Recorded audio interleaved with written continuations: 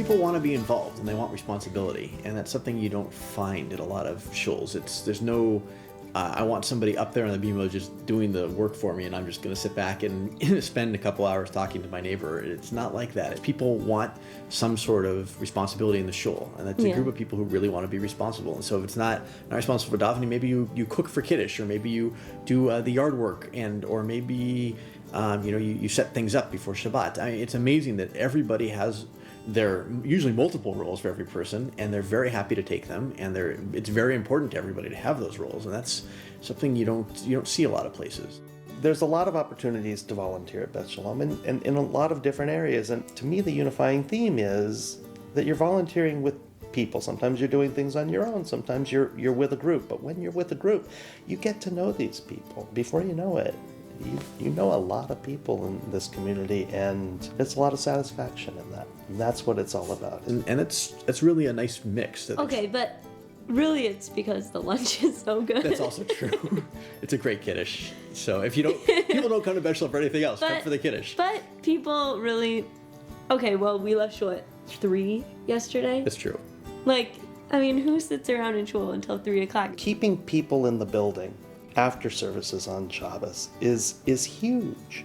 You get to know people in a way that you just wouldn't, and that a vast majority of people who come for services stay for lunch is such a wonderful thing that, every week we're sitting with somebody else at different tables.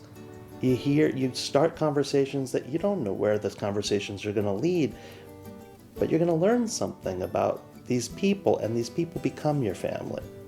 These people become who you're cooking for and why you're cooking for, and it is an extension of your home. It is your table.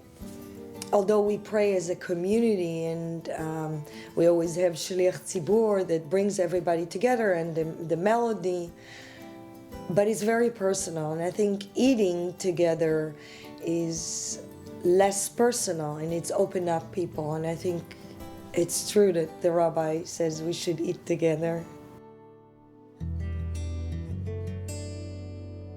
My mom is my role model. My mom,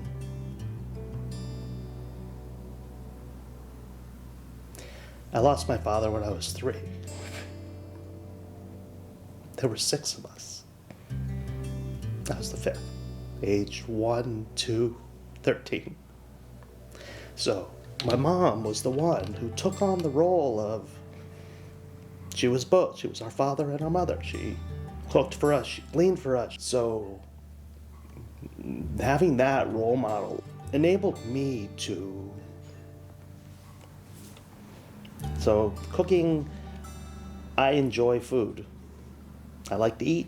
I like to cook. I've always liked to cook. I've watched my mom cook, and it's fun to feed people.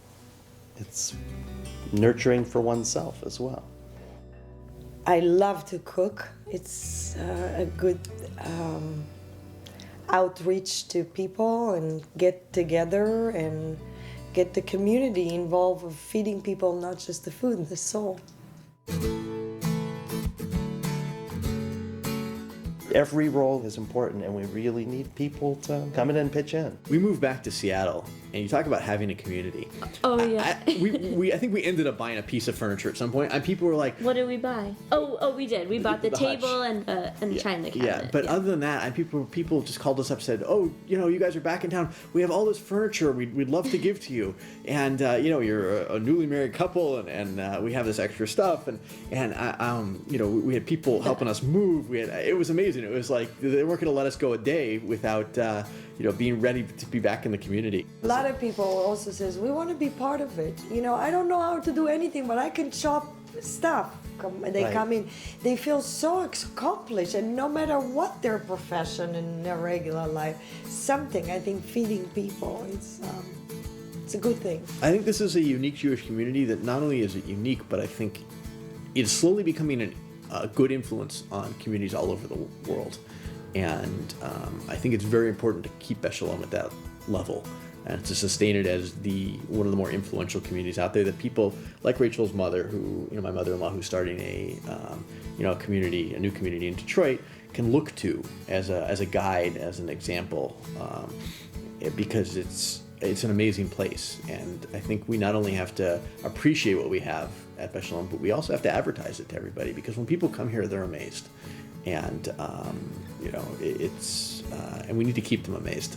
So where does the satisfaction in volunteering come? It comes as being part of a community. It comes as knowing that I'm doing something to really enliven people's Shabbos experience. Because this isn't just about coming for davening, it's about coming together as a community, sharing with one another our joys, our fears, our love and our sadness. I mean, it's the whole ball of wax, and you do it. I do it with food. I do it with my family with food. I do it with my community with food.